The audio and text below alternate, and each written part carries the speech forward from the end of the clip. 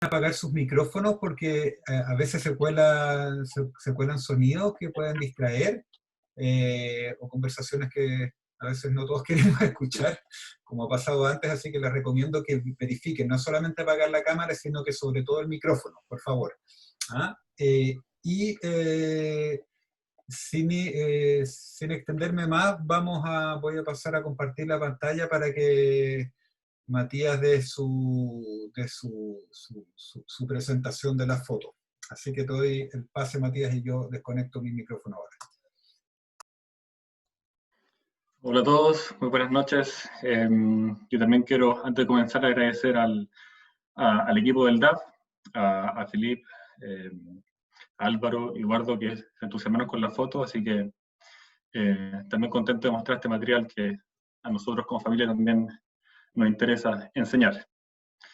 Esto es parte del pool de fotos que tenía mi abuelo, que fue fotógrafo, y vamos a revisar un pequeño resumen de las fotos ligadas a la montaña. Así que con eso comencemos nomás, Filip.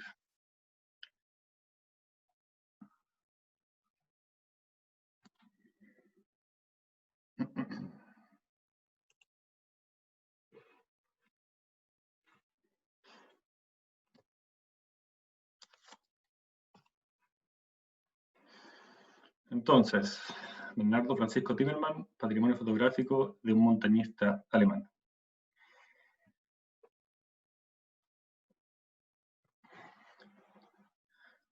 Lo primero es contar algo de su historia. Bernardo Francisco Timmermann Buschung nace en Concepción el 18 de agosto de 1912, exactamente hace 108 años. Descendiente de alemanes, Bernardo pasaría sus primeros años de vida en un campo en el sector de Yumbel, en la octava región. Tuvo 5 hermanos, 2 de los cuales fallecerían a temprana edad, y posteriormente 4 medios hermanos a partir del segundo matrimonio de su padre. En 1921, a la edad de 9 años, y un año después de la muerte de su madre, es enviado a estudiar a la casa de un tío a Wiesbaden, Alemania. Ahí realizaría su educación primaria y secundaria.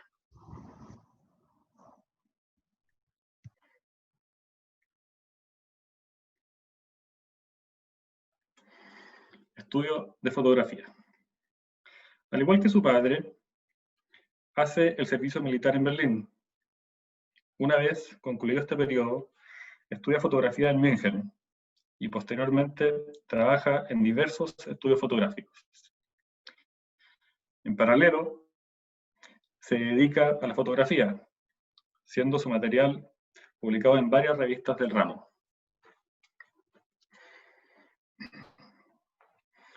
Viaja bastante por Alemania, retratando el día a día en esos años, y los lugares que nos dejó registro son de Freiburg, Ulm, Zell am Mosel, Köln, el río Rhein, el castillo de Neuschwanstein, entre otros. También visitó la fábrica de cepelines en Friedrichshafen, al sur de Baviera, y registró algunos eventos deportivos de la época, con carreras de auto, campeonatos de tenis y los Juegos Olímpicos de invierno y verano realizados en 1936 en Alemania.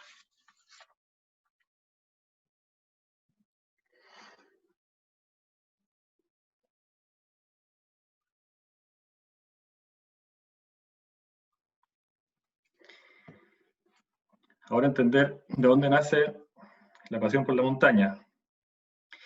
Viviendo en Baviera, realizó diversas excursiones a los Alpes, con lo que fue desarrollando su pasión por la montaña. Entre los lugares de los que tenemos confirmación que visitó a través de sus fotos, destacan Oberstdorf, Innsbruck, Zugspitze, Fellhorn, Grottenkopf, Fürstalm, Hochbrunn, Rotwand, Tegernsee, entre otros. Las fotos de este periodo tienen una temática bien amplia, desde panorámicas artísticas hasta el detalle simple de las excursiones y sus participantes. Hoy en día es interesante ver la vestimenta y materialidad de los equipos de montaña. En ciertas fotos, los esquiadores visten, con una tenida casual, mientras que en otras ocasiones se presentan con disfraces o también con bastante elegancia, con gorro y corbata incluidos. En esos años, el esquí en los Alpes ya estaba bastante desarrollado y contaba con buena afluencia de público, tanto como por la ubicación de ciudades y pueblos de montaña, bien conectados por una red de trenes y próximos a los centros de esquí, como también por una vasta presencia de refugios en cotas más altas, permitía hacer una real vía de montaña, algo que posteriormente replicarían con el DAF en la cordillera central de Chile. La experiencia en los Alpes lo marcó mucho, y durante las siguientes décadas pudo volver a reencontrarse con estos parajes y con amigos entusiastas de la montaña.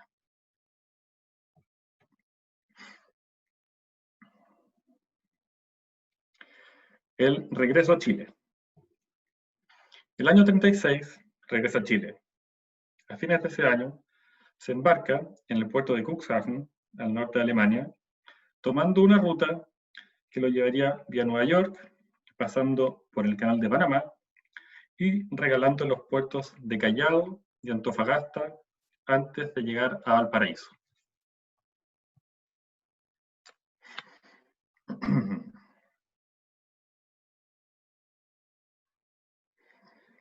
Las Condes.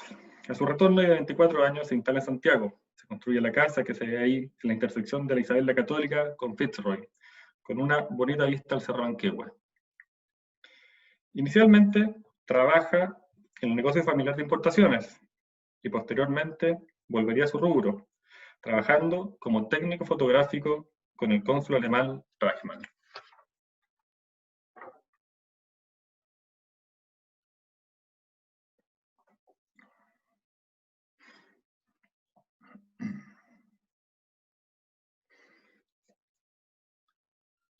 Vamos ahora a los años de AB, las primeras exploraciones. Ya en Chile, prontamente y a través de su cuñado Gerd von Platen, que administró durante varios años el refugio Lo Valdés, comienza a participar en el DAF y a registrar la intensa actividad que estaba teniendo el club por esos años, con la implementación de los refugios de Lo Valdés, La Parva y Los Azules. A lo largo de los siguientes años, participa en diversas excursiones del DAF, como en los intentos de ascensión al Cerro del Morado y Sierra Velluda, como también en ascensiones exitosas a los cerros Vegas, Punta Ventana, El Plomo, Cerro Provincia, Cerro Paloma, Morro Abanico, Volcán San José, entre otros. Si bien con el DAF estaría enfocado a excursiones de montaña, con varios de los mismos participantes de ese grupo harían otras excursiones, abarcando, por ejemplo, viajes a la costa, Algarrobo, Laguna Verde, en la región de Valparaíso. En estas fotos, tal como fueron los registros que hizo de los Alpes, se mezclan tomas panorámicas y artísticas con otros de mayor detalle, que realzan las personas, los equipos y el interior de los refugios, lo que hace todo el material muy interesante para analizarlo en detalle.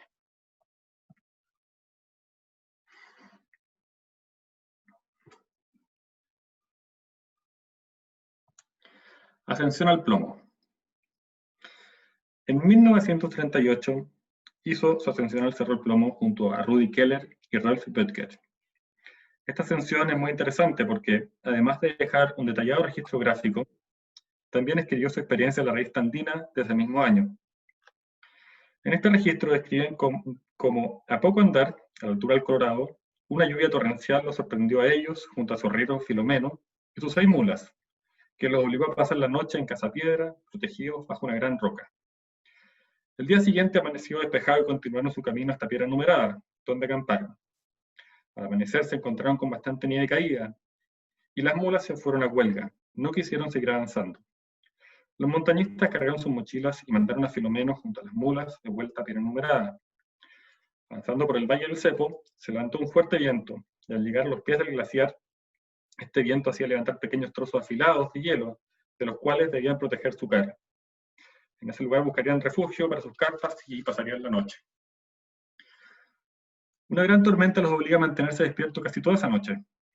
Al amanecer, las condiciones no habían mejorado, por lo que tuvieron que ponerse sus ropas y zapatos congelados y descender a través de la ventisca al encuentro de Filomeno en piedra numerada. La tormenta comenzó a amainar y al anochecer se veía el plomo totalmente despejado. Decidieron intentarlo una vez más al día siguiente. Esta vez las cosas saldrían mejor, y cerca del mediodía hicieron cumbre. Desde ahí describen lo limpio que era el aire de Santiago, que a pesar de estar a una distancia de 50 kilómetros, parecía que se podía alcanzar con la mano.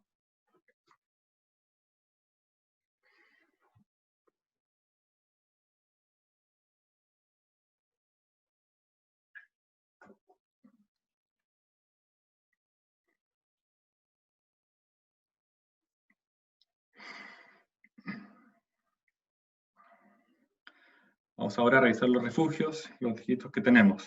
El refugio Lo Valdés se construyó en 1933 y según lo señalado en un artículo de la revista Andina de 1943, de la que Bernardo fue el editor, entre las otras opciones evaluadas se decidió por este lugar por las siguientes razones.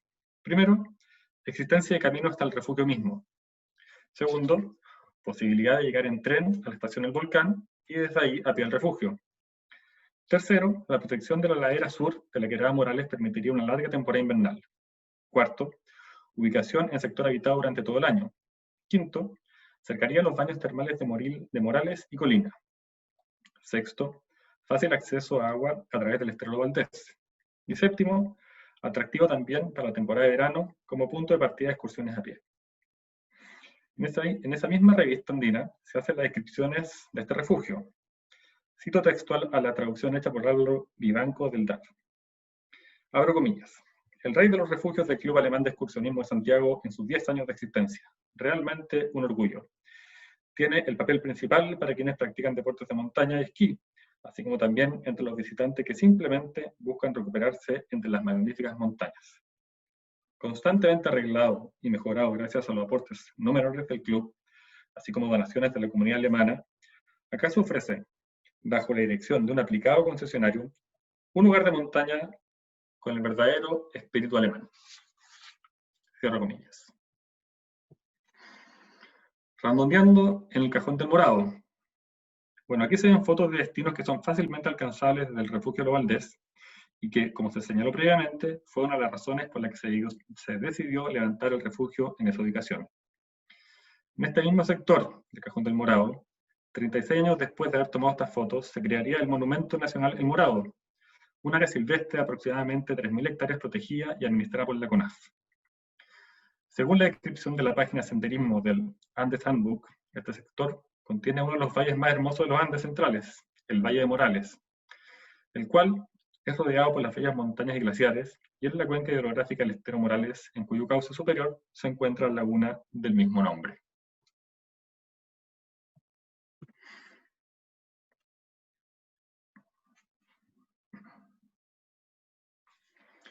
Redondeando en los baños de Colina. Otro de los destinos cerca de Lo Valdés son los baños Colina.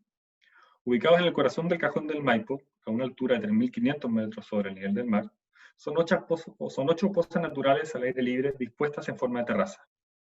Estas aguas, que pueden alcanzar una temperatura de 50 grados Celsius, son altamente mineralizadas y provienen de las entrañas del volcán San José. A estas aguas se le atribuyen propiedades curativas, y desde el alivio de dolencias reumáticas, sanación de heridas epidérmicas, purificación de toxinas y hasta mejoras de estados depresivos y estrés. Hoy en día, este lugar se encuentra en unas termas abiertas al público que funcionan durante todo el año.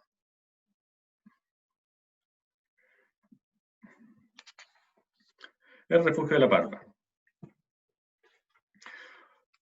Este refugio se construyó en terrenos de la hacienda Las Varas, que en ese momento pertenecían a la familia von Kissling, y ellos permitieron la construcción de un refugio enfocado al esquí y el montañismo. Lo que vemos aquí son imágenes de los tijerales de este refugio en 1937, en los que se aprecia un buen número de participantes, celebrando con música de acordeón, cantos, cuecas y otros bailes. En las fotos también se aprecia a Gertrudis Bethke, con quien Bernardo se casaría un par de años después. Retomando la descripción que se hiciera de los refugios en la revista andina de 1943, de este refugio se señala lo siguiente, abro comillas. Aunque este sólido refugio, ubicado en medio del majestuoso mundo de la cordillera, solo cuenta con 5 años, le ha ofrecido a algunos visitantes muchas horas de alegría, experiencias y mucho más. Principalmente utilizado como punto de partida de algunas de las magníficas posibilidades para el esquí, también ha sufrido algunas modificaciones en su construcción, que permiten ofrecer hoy un cómodo alojamiento a un grupo de 40 a 60 deportistas.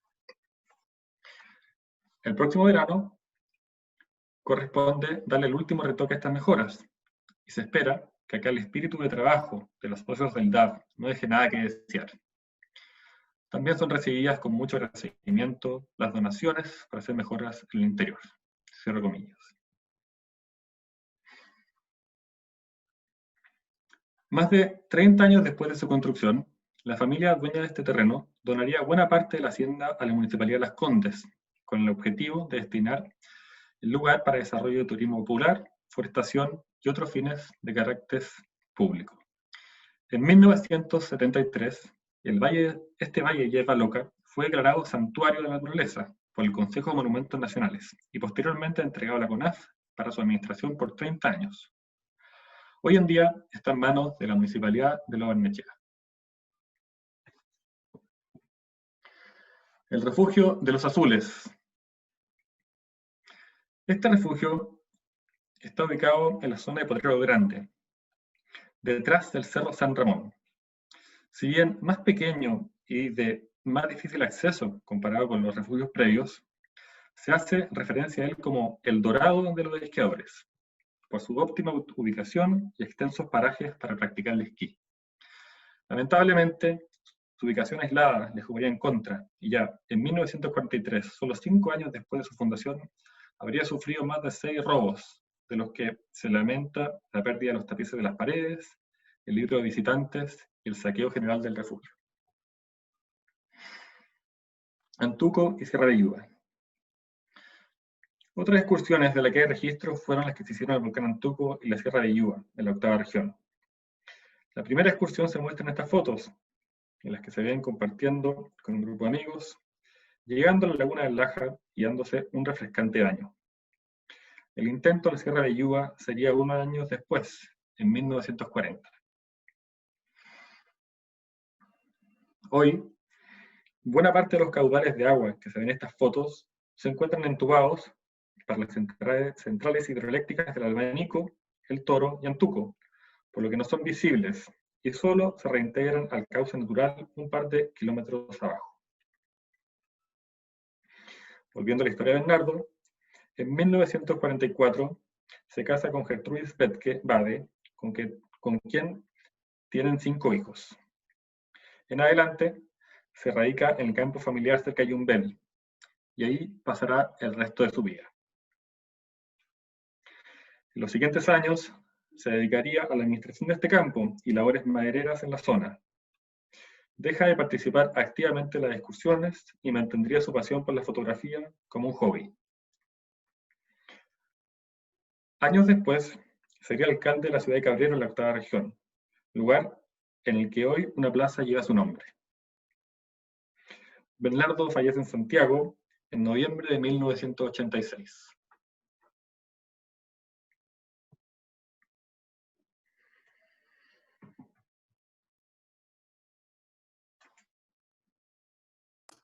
Y ese es el diaporama. Muchas gracias, Matías, por el texto. Veo que calzó perfecto con la edición, así que felicitaciones. Y dejamos la palabra para preguntas que surjan. Muchas felicitaciones. El material es muy, muy lindo y valía la pena ser mostrado. Así que quedemos atentos ahora a sus preguntas.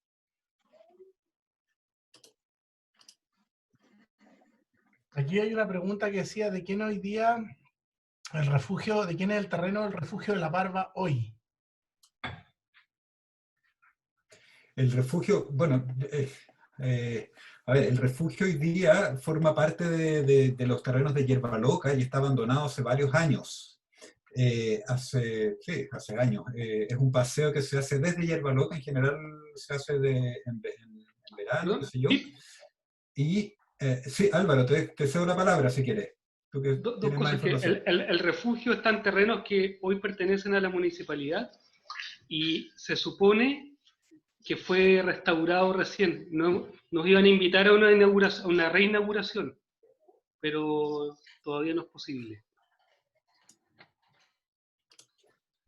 Perfecto, sí. Sí, recuerdo que estuvimos en esa reunión que querían restaurarlo justamente para transformarlo en una cafetería. Y sé que estaban recopilando, por lo menos un par de meses todavía, fondos. Yo no sé si se habrá inaugurado, la verdad. No sé si Eduardo, que sabe que está por ahí, tiene más información.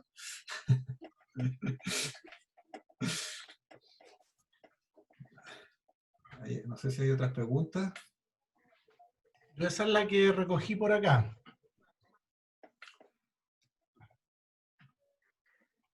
Diga, Andrés. No, yo no veo más preguntas en el chat. Ah, Si alguien quiere hacer alguna sí. pregunta, yo particularmente querría preguntar si él sabe, bueno, yo sé que mencionó que el tema de los azules se dejó por los robos y por todo este tipo de cosas, pero nunca, si él sabía por parte de su abuelo, si alguna vez tuvieron la intención de volver a reconstruirlo. No, por mi parte, la verdad que la información que tenemos o sea, de todas las fotos es básicamente netamente registro gráfico. Yo personalmente no tengo mucha información de su experiencia en el DAP y por lo que entiendo su hijo, que son mi papá y su hermano, tampoco la recibieron.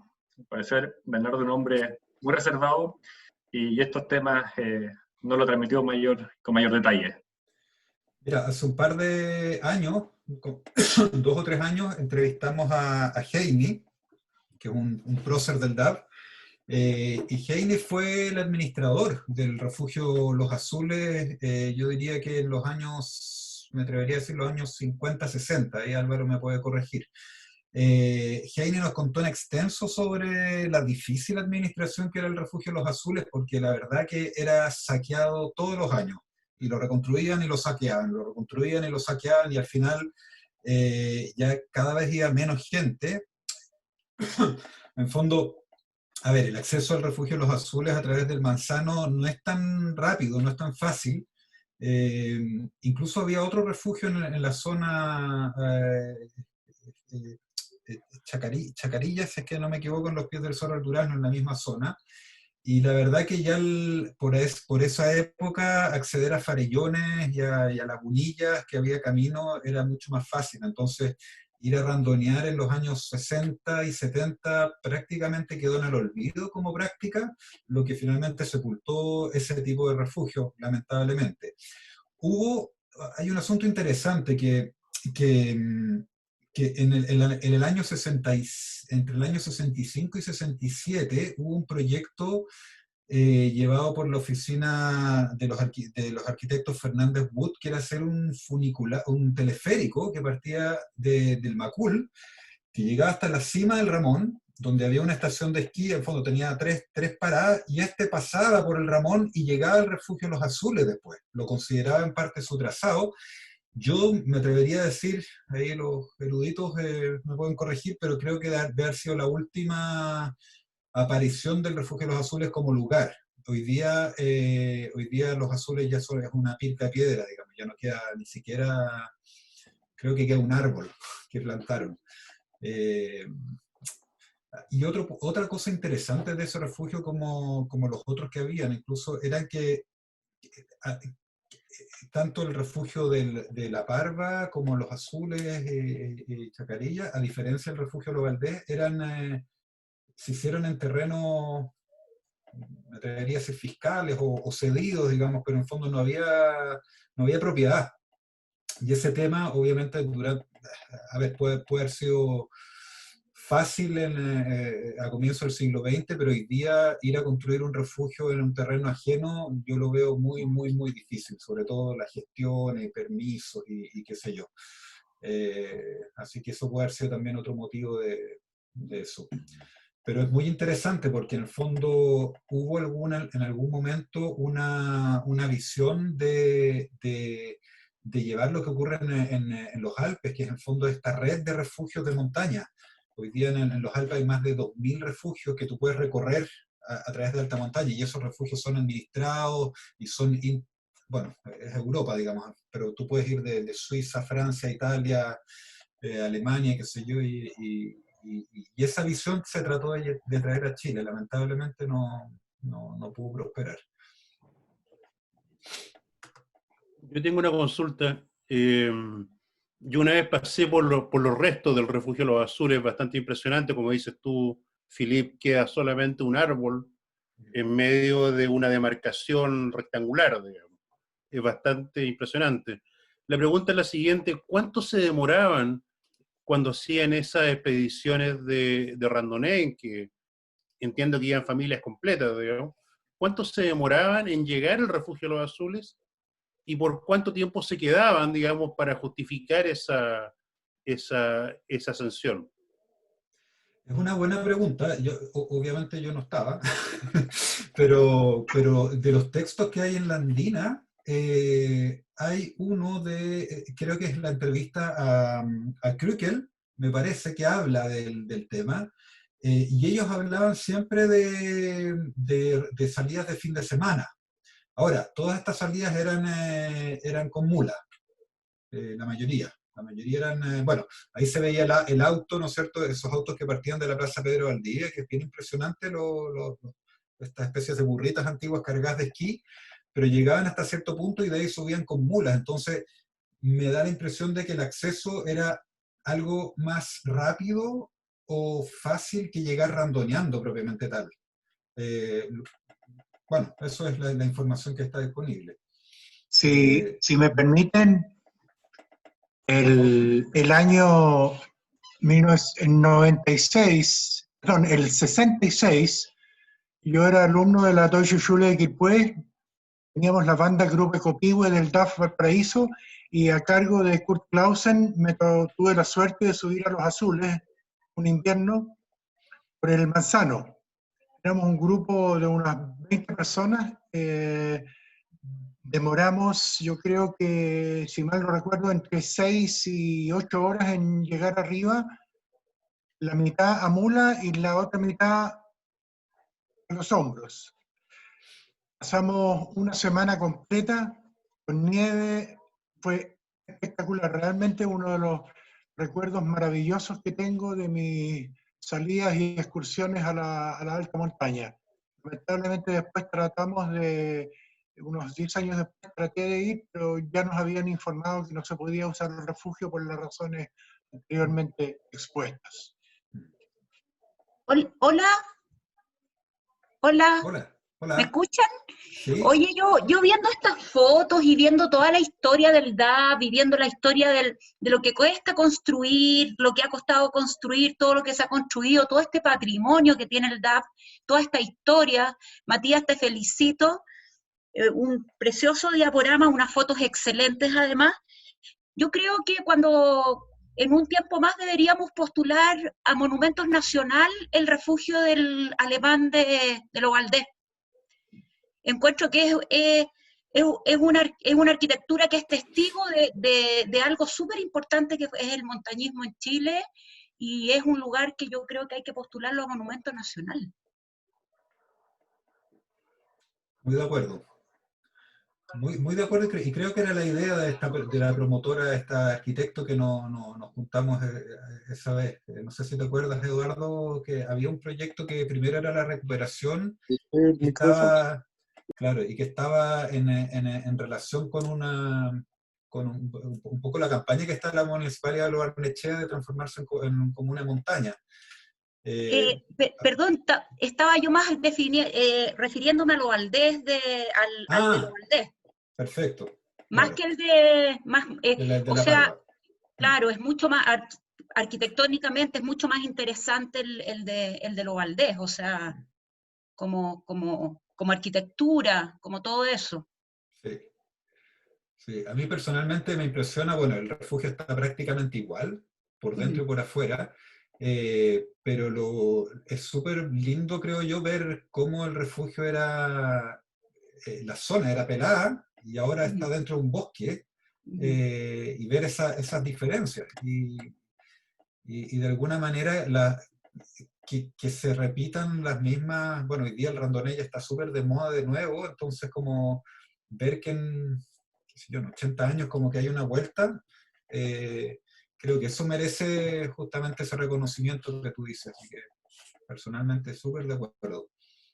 Para el centenario del DAF, Lo el vamos a empezar a 24, promover desde ya, si el sí, directorio lo aprueba. sí, quedan 4 años, así que podemos poner en campaña, sería un bonito hito. Yo tengo una pregunta también para Matías, no sé si lo sabe, pero, o Álvaro, que está por ahí también, sobre la historia, porque alguien comentó, qué pena que yo no haya tren hasta el volcán. Yo me acuerdo que, a mí también me acuerdo de niños que decían que mi madre me decía de que había un tren que iba al volcán, y claro, uno no ve vestigios prácticamente, salvo el túnel ese que está ahí en esa angostura. Pero la pregunta es, ¿alguien sabe hasta cuándo estuvo ese tren y si se usó para ir al DAV y se usó para ir al refugio y todo eso?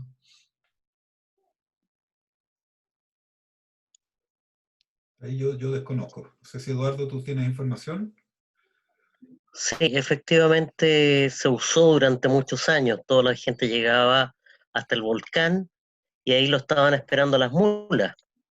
Y se usaba, digamos, para llegar al refugio, para ir a Baños Colina, o internarse en el valle de Morales y del Morado, que son dos valles distintos. Efectivamente se ocupó. Tengo entendido que la última vez que tuvo uso fue por ahí, por mediados de los 70, pero realmente ya se usaba, originalmente ese tren era un tren militar, porque había un regimiento de ingenieros en Puente Alto, y ese es el origen inicial, digamos, del Sí. tren. Vi- Hay en este instante un trozo de unos 500 metros que fue restaurado por un tipo de, creo que, no sé si en el Manzano o en, creo que tengo la impresión que cerca del Manzano. No, en el melocotón. Sí, el melocotón, sí. sí, en el Melocotón, exactamente. Es bien Lograron, interesante, digamos, hacerlo andar. es bien interesante lo del tren, porque el origen del esquí en Chile está directamente relacionado con el tren a Buenos Aires, principalmente el tramo que se hizo hasta Portillo, hasta Caracoles, que fue lo que presentamos en el diaporama anterior, porque justamente los ingenieros que vinieron a hacer el trazado del tren eran noruegos, y la invernal la hacían en esquí, y luego cuando hicieron el tren, que vinieron ingenieros ahí ingleses, los ingleses lo ocupaban el tren como andarivel, subían el tren y bajaban desde Caracoles, Portillo hacia abajo. Entonces, es bonito ver cómo finalmente los trenes, como avanzaban en esa época, también tuvieron que ver justamente con la ocupación de los Valdés y después la elección finalmente de Sattler por ubicar el refugio ahí. Y todo lo que, bueno, tenían razón, o sea, por algo ese refugio quedó ahí. Entonces, lamentablemente el desmantelamiento del tren en los años 70 creo que le hizo muy, muy mal a la cultura, no solamente de montaña, sino que todo lo que es los ramales de Chile, que es lo más interesante. Esperemos que haya una vuelta ahí. Sí, se produjo también un fenómeno, el 58 hubo un terremoto en Las Melosas, un tremendo terremoto que botó la estación del volcán. Que esa fue otra de las razones por las cuales este tema empezó a decaer. Hola, ¿puedo comentar algo? Por Soy favor. Ricardo Ferreira, yo. Primero, muchas gracias, precioso diaporama, y me siento súper cercano, algo escribí en el chat. todo me calza. Bueno, yo estudié en el colegio alemán, pertenecía al DAF en los años 70, conocí ese trencito porque uno de mis abuelos tenía casa en Las Vertientes, entonces veíamos pasar el trencito ahí que iba hacia los Valdés. Lo otro, esquiador de familia antigua, todavía tenemos esquí antiguos como los que aparecen en las fotos que eran de mi padre, con los bastones de coligüe y las fijaciones como una palanca, así, que no se te salía el pie con nada, a no ser que te quebrara. Yo aprendí también con ese tipo de esquí, por si acaso. Esos pantalones bombachas anchos, en ese tiempo todo el mundo usaba cosas usadas, así que yo aprendí con esos zapatos cortitos y con una suela así tan gruesa, con esas bombachas grandes y con calcetín de lana encima. Así que las mismas pintas tenía yo de niño. Y lo otro es que por ahí comentaron que no sé si vivía cerca de Yumbel o Cabrero o algo, se instaló en Cabrero. Bueno, mi otro abuelo tenía fundo cerca de Cabrero, así que conocía a Yumbel y Cabrero también. Y creo que comentaron que vivió en Fitzroy con Isabel la Católica. Yo vivía como a 5 cuadras ahí de niño, así que todo me calza. Así que, oye, lo otro, yo me dedico además a las producciones gráficas, ¿eh? Y yo estoy recién metiéndome en el campo patrimonial y yo veo aquí un potencial maravilloso hacer algo bonito con este material, así que me encantaría volver a conectar con el DAF de nuevo y meterme en este campo. Así que muchas gracias por todo. Hola, Bien. a propósito de Fitzroy y Isabel la Católica, ¿me escuchan? Sí, perfecto. Hola, soy Guero, que me perdí la cuestión aquí en casa de Herrero Cuchillo de Palo. El audio me lo perdí. Tenía desactivado el audio como para desactivar el micrófono, pero era al revés la cosa. Bueno, en todo caso, Isabel la Católica con Fitzroy era la casa que tenía el papá. Y yo viví en esa casa un par de años antes de que la vendiera. Los niños, Paris y Milo, estaban chicos, tenían no sé cuánto, 8 años, 7 años, una cosa así. Y en el entretecho de la casa de Isabel la Católica todavía estaban las antenas o los alambres, digamos, de la antena que tenía el papá instalada para un transmisor que el papá, bueno, estuvo 2 años en la cárcel, en el año 42 por ahí, por espionaje industrial para Alemania, ¿ya? Y mandaban información por ese transmisor que tenían instalado ahí, escondido en el entretecho de Isabel la Católica con Fitzroy. Y bueno, eso por ahora. Chao. Eso es historia. Aquí hay otra pregunta que tiene que ver con los iglús, que se hacían iglús en el... bueno, es probable, a ver, cuando uno hace montañismo invernal, uno aprende justamente a hacer todo lo que es pernoctar en nieve, entonces, y lo hacemos todavía. En todas las salidas de randonnée, en general, si bien vamos con carpa, hay un buen grupo que opta por hacer a veces iglú o a veces cavernas o cuevas en el mismo hielo, así que es bastante probable que lo hayan hecho. Y es usual, lo seguimos haciendo todavía en las salidas invernales. La pregunta aquí de París que quería Hay otra responder. Hay otra pregunta que habla sobre el refugio del DAP de Valparaíso. Si Matías o alguien también familiar, Eduardo, también tiene alguna información de ese refugio que es del DAP de Valparaíso. Álvaro probablemente tiene algo de información.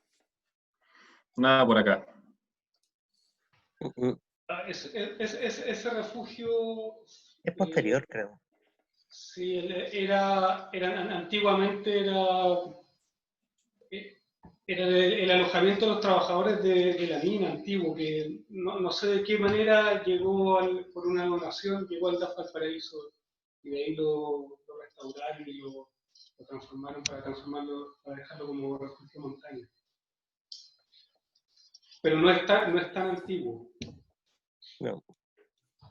Mira, acá, volviendo un poco al tema del tren, aquí agradezco Aiwona Leca, que dice que en 1913 el gobierno entrega el ferrocarril al Regimiento de Ingenieros de Puente Alto, que se hace en funcionamiento hasta mediados de los años 70, por Gustavo Simpson. Así que nos entrega esa información, y se empezó a construir en el año, y se cerró definitivamente en el año 85. Así que para los que estábamos hablando del tren, está muy, muy bien esa información. Gracias, Ivona. Esos son los trenes de trocha angosta, que en el fondo tenían las ruedas más juntas y tenían una, ¿cómo se llama? Cremallera. Una cremallera, justamente para subir y para los hielos, todo eso. Sí. No, increíble el patrimonio que hemos perdido en el país, sobre todo esa red de trenes que llevaban a estos lugares como bastante improbables. Oye, Filip, una pregunta que me surge ahora viendo las fotos. Nosotros, el club tenía, tiene todavía un registro fotográfico histórico que es muy bueno y muy completo.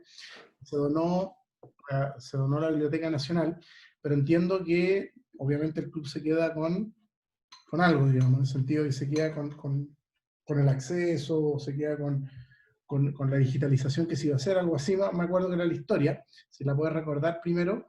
Y en segundo lugar, la pregunta es, estas fotos, que es un verdadero tesoro, las fotos, ¿cuál es la idea? O sea, yo sé que Matías, y agradeciendo que las presentó, digamos, a todos los socios del club, la pregunta es, ¿esas entrarían también a la biblioteca o se incorporan al registro del DAF? ¿Cómo?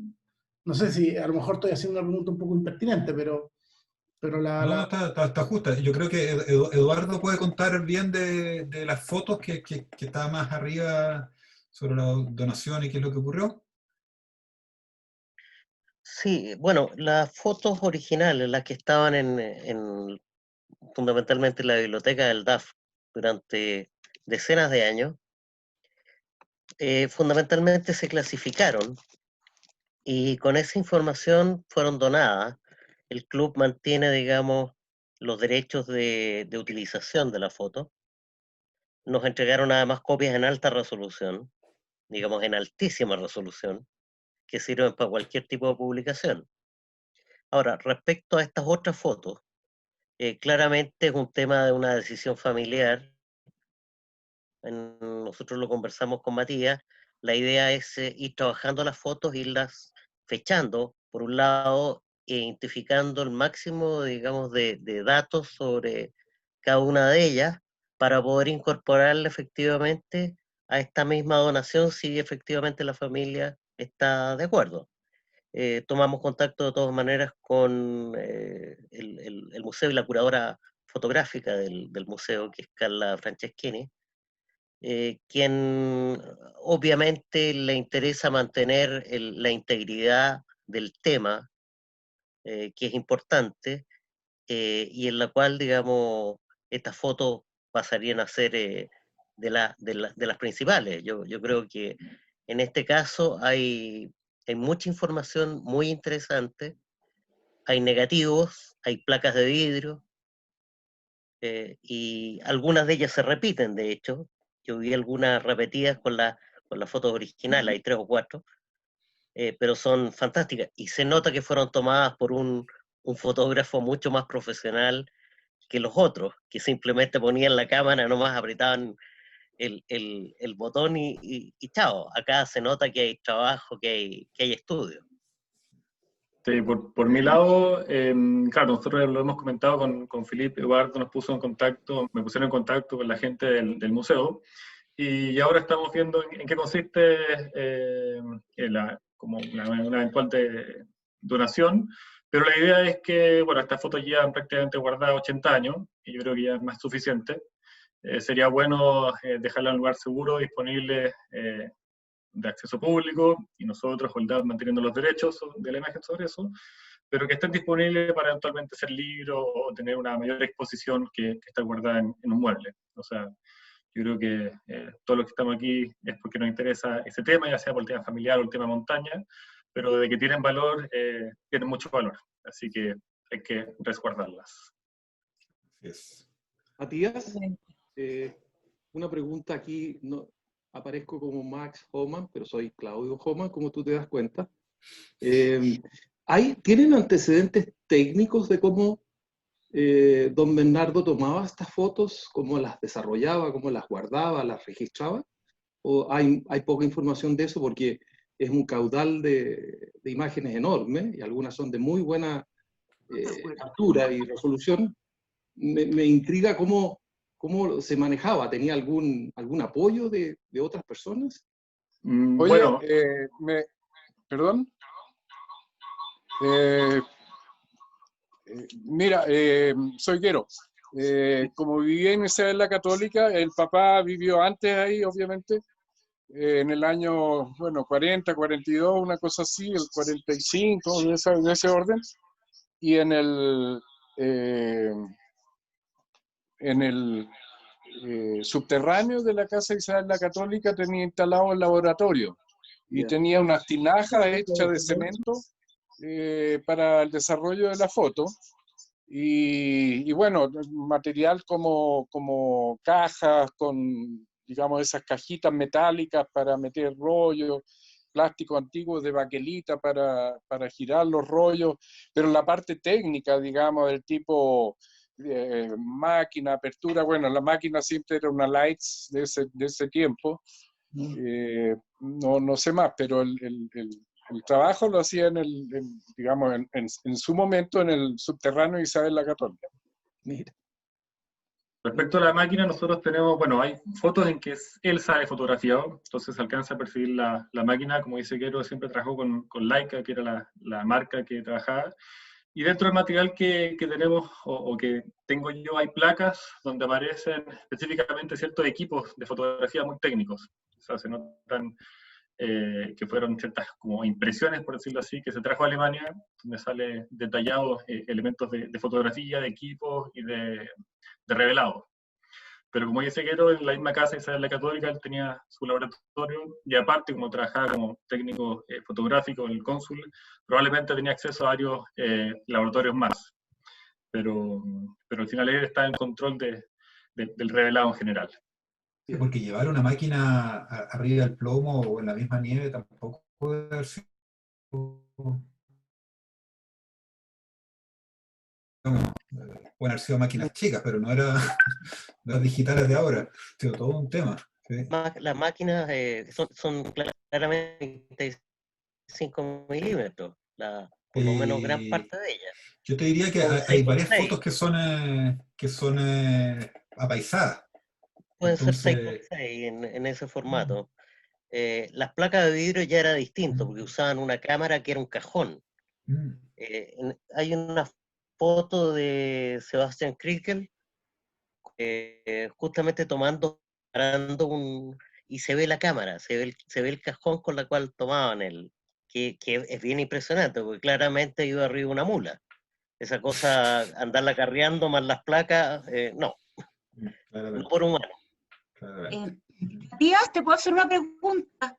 Me gustaría saber, no sé si lo dijiste al principio y no lo escuché, me gustaría saber por qué las fotos llegan hoy al DAB. ¿Por qué piensas tú que ahora es como que hay que entregarlas o que hay que mostrarlas? Porque estas fotos yo creo que tú tienes conocimiento, la familia hace harto tiempo atrás. Entonces me gustaría saber qué fue el clic que hizo que ahora es el momento de entregar, Sí, te cuento. Bueno, las fotos están en la casa donde vive mi abuelo en el campo, mucho antes que yo naciera. Mi abuelo falleció cuando yo tenía 1 año de edad, y recién hace 5 años en la casa de mi abuela encontré el mueble donde están estas cientos de diapositivas, negativos y otros.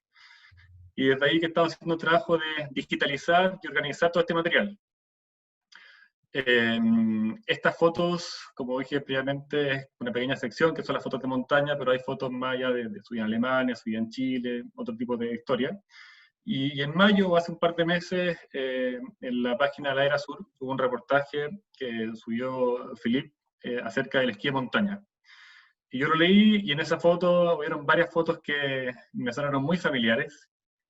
Y a través de la Era Sur contacté a Philippe y le comenté que, claro, que mi abuelo había participado bastante en el DAB, y que tenía mucho más material por si le interesaba verlo.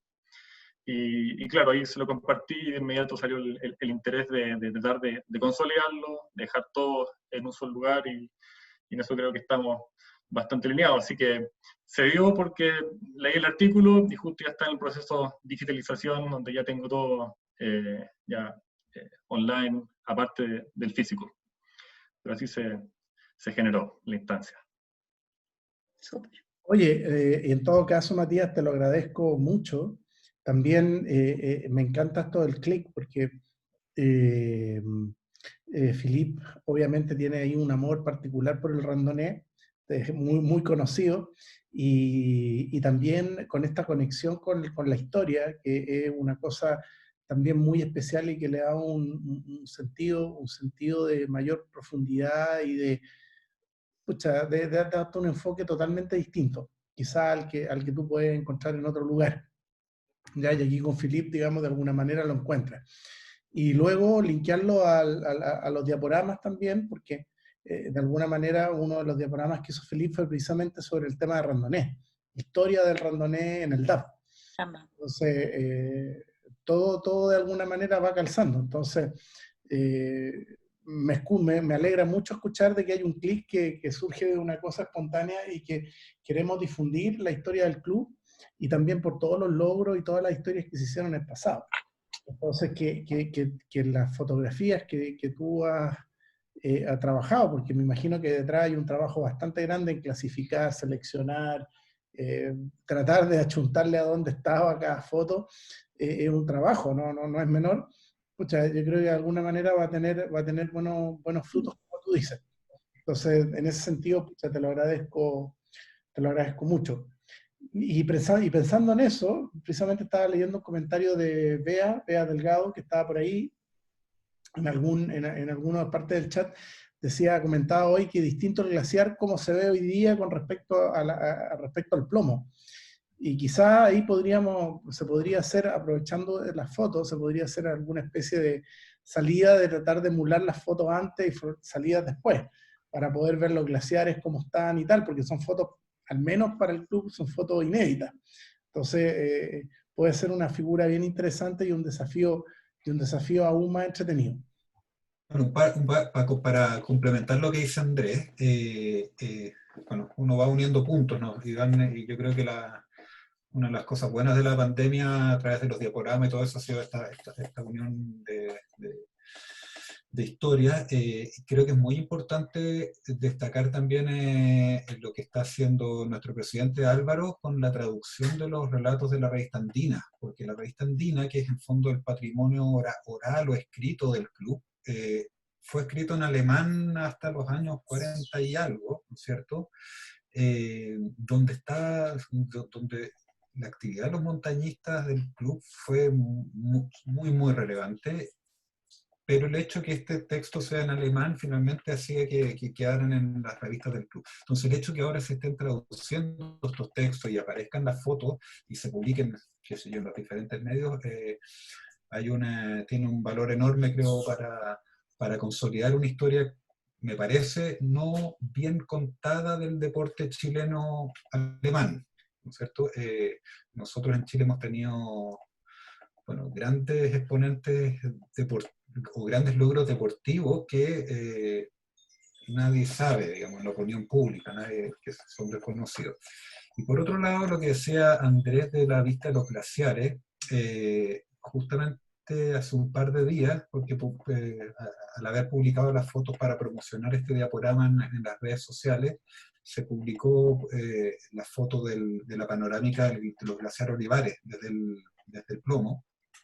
Y es bien interesante porque después hay registros de los años, estas fotos del 38, después hay un registro de los años 50, después está el texto, por ejemplo, de Ambrus, de su recorrido que hizo el año 66, y después está todo el tema que ocurre hoy con el proyecto del Parque Olivares, ¿no es cierto?, que es la campaña que se llama Queremos Parque, que justamente llega hasta los glaciares Olivares, ¿no es cierto? Y justamente esta foto sale, la foto de tu abuelo, Matías, sale en el momento en que en que las mineras Anglo American y Codelco están haciendo valer sus extensiones mineras de los bronces y de andina, los bronces por el lado de Santiago y andina por el norte, justo donde está el glaciar Olivares. Nos pidieron la foto entonces un par de días de la Fundación Plantae, justamente para tratar de hacer un esfuerzo de frenar esto, que es muy difícil obviamente, pero bueno, así surgen las cosas y así es la sincronía. Así que esperemos que, quién sabe, si la foto de tu abuelo en una de esas logra poner no sé, un escalón más en este proyecto. Pero es muy necesario que se publiquen estas fotos y otras, porque finalmente es nuestra historia. Eso. Efectivamente, lo que dice Felipe es súper cierto. Vamos a ver, efectivamente, yo creo que, y por eso un poco pensando en el tema de la comparativa de los glaciares puede ser interesante. De hecho, alguien Andrés comentaba aquí en el chat, que algo parece que Glaciares de Chile, hay un proyecto que se llama Uncharted, que está haciendo esto. No sé si está Andrés por ahí, a lo mejor quizás nos puede contar un poquito más, y ya con esto vamos a ir cerrando, vamos a ir sacando algunas conclusiones y ir cerrando el diaporama. No sé si Andrés estás por ahí, ¿quieres agregar algo? Si no, avanzamos.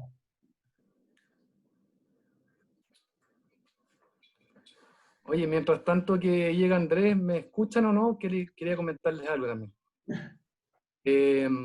O sea, primero que nada, el agradecerle enormemente a Matías por todo el trabajo que ha hecho, por la recopilación de la información, de todo el trabajo por los negativos y todo eso, que es increíble poder verlo, es emocionante también, y así como el OPA, como dice Matías, era reservado del palo a tal astilla, y nuestros papás también eran un poco reservados, así que poco sabíamos de esto. Así que es interesante conocer la historia como del árbol familiar. Y lo otro, que es un dato más o menos anecdótico, es que justo hoy día está de cumpleaños Lopa, entonces es muy bonito cómo la historia se va cruzando. Esos dos comentarios, y nuevamente muchas gracias, Mati. Y a propósito de cumpleaños de Lopa, el 15 de agosto Lopa se casó con la mami. Y ahí, Matías, te mandé una foto al WhatsApp, a ver si la puedes poner ahí en pantalla. Es que yo no estoy de anfitrión, pero sí esa foto la tengo. En esta presentación fue un enfoque más a la montaña que a los temas familiares. Pero es bonita registro. ¿La abuela es la mujer rubia que sale retratada en las fotos? Sí, en la foto que se aparecía descansando en Lo Valdés, en la terraza de Lo Valdés, esa Gertrudis, y también aparecía la construcción ahí en los tijerales, en varias fotografías también dentro del refugio. Sí, perfecto. ¿Tienen alguna vinculación o han sabido algo desde el punto de vista vuestro familiar con el tema de Plantat, del refugio Plantat que está arriba, camino a San José? No, perdón, ¿me repiten la pregunta? Sí, por tema. ¿De alguna manera ustedes tienen alguna noticia, alguna novedad histórica del refugio Plantat, el que está ahí a 3.000 metros, camino al San José? Que es un refugio que el DAP ayudó a construir a la familia Plantat. Se hizo entre la embajada francesa, se hizo con la familia Plantat y con gente del DAP, precisamente en los años 30. Yo particularmente no tengo información de eso. No sé si en alguna foto está registrado ahí. La gente del DAF tendrá que ponerse con lupa si hay algo que les calza. Oye, aquí Ricardo Ferreira comenta que si queda algo del refugio La Parva, yo la verdad no lo he visto, y que contaba que sus padres subían en camión y luego a mula, tal cual, hasta La Parva Jute. Efectivamente. No sé, ahí hablaban de que iban a poner una cafetería, algo así, ¿escuché? Bueno, sí, justamente lo que hablaba Álvaro. Nosotros nos juntamos hace 2 años con Eduardo y Álvaro, con un arquitecto que estaba llevando esta propuesta, que era obviamente refaccionar el refugio, que estaba trabajando de mano con la Municipalidad de Lo Barnechea. yo hace un par de semanas caí sobre una recopilación de fondos que estaban haciendo todavía para el proyecto. Entonces no sé si lo habrán refaccionado. Y la idea, si es que mal no recuerdo, era primero que nada arreglarlo y darle como una utilización de cafetería. Pero no sabemos en qué está eso. Bueno, esperamos ahí haber respondido la pregunta de Andrés, o sea, perdón, de Ricardo. Yo creo que este diaporama particularmente ha sido súper entretenido en el sentido que hemos participado muchas personas y no ha sido solamente entre el quien expone y el que modera el chat, que en este caso yo, o ahora tú, Filip, sino que también hemos recogido muchas historias de muchas personas. Así que agradecido a todos por la colaboración y por la proactividad de la participación. Dicho esto, quiero pasar un par de avisitos muy cortos. Aquí Beatriz está pidiendo la foto del matrimonio. Ahora, lo que quería comentar es que hay varias personas que me han preguntado que han llegado tarde a la presentación. Jorge, Eso. sí, que no se preocupen, que está siendo grabada y nosotros la estamos subiendo a partir más tardar el jueves o antes del fin de semana. Eso. Se suben al DAP, a YouTube, al canal DAP Santiago, y ustedes ahí tienen acceso a todos los videos de los diaporamas de los últimos, a ver, estamos en el diaporama 18, de los últimos 10, 12 diaporamas, porque los primeros no los grabamos, pero a partir de como el séptimo los empezamos a grabar, así que ahí tienen todos los diaporamas, o gran parte de los diaporamas del ciclo que estamos haciendo ahora en diaporamas en tiempos de pandemia. Así que para esa es una gran cosa, era justamente... Buenísimo. Era mi pregunta también. No, sí, Muy ya bueno. varios preguntando por esto. Oye, voy a ver, compartir la foto del matrimonio, que aquí la tengo para que la vean, la que andaban pidiendo. Ahí Qué está. lindo. Parece una princesa, una reina. Sí. Preciosa. Qué guapos. Oh. Unglaublich schön. Eso era. Oye, muchas gracias a Matías por el texto, calzó, pero así, man. No fue coincidencia, con la Felipe, foto. eso te lo aseguro, con cronómetro. Hay todo un trabajo de coordinación ahí entre ustedes. No, sí, bien. como un cronómetro. Así que, Gracias a ustedes por Buenísimo, Matías. Así que muchas gracias por compartirla y muchas gracias a todos por haber venido y su interés.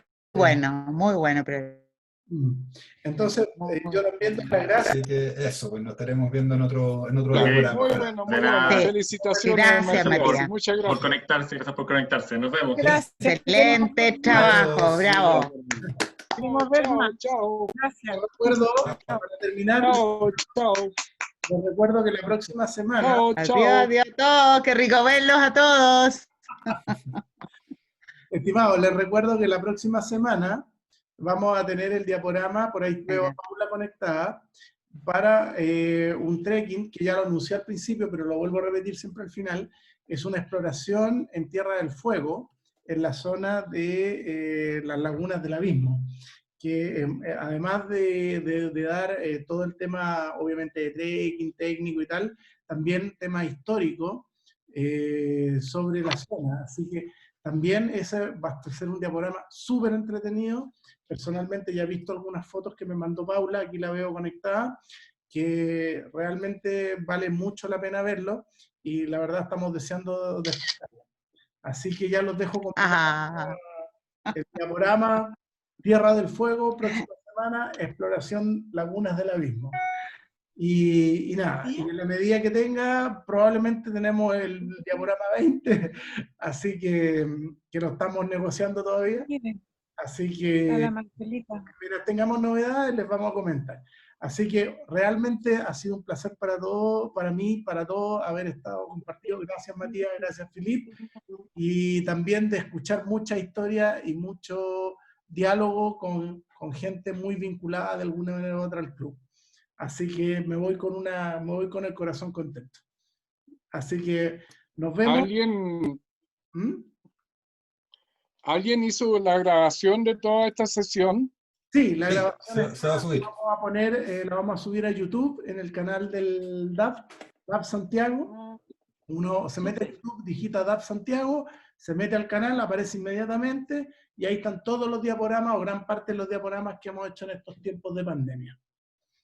Súper, súper, muchas gracias. Ahí tenemos, vamos a poner este diaporama, así como los que hemos hecho antes de hartas aventuras de diferentes cosas. ¿Mm? Excelente. Excelente. Gracias. Bien, gracias. Chao, nos vemos. Nos vemos ahora. Chao, chao. Chao. Chao, chao, gracias. Excelente. Ahí nos hablamos. Ya. Chao, chao, chao. Chao. Hacete socia. Sí, pues, en eso estamos. Hace tiempo, necesito un apoyo, un referente. Así que ahí lo vamos a encontrar. Bueno, aquí tienes varios socios, acá hay varios socios todavía conectados. ¿Ah? Sí. Bueno, No, así me que... escribes por interno, a trekking@daf.cl. Ya. Muchas gracias. Chao, chao. Chao.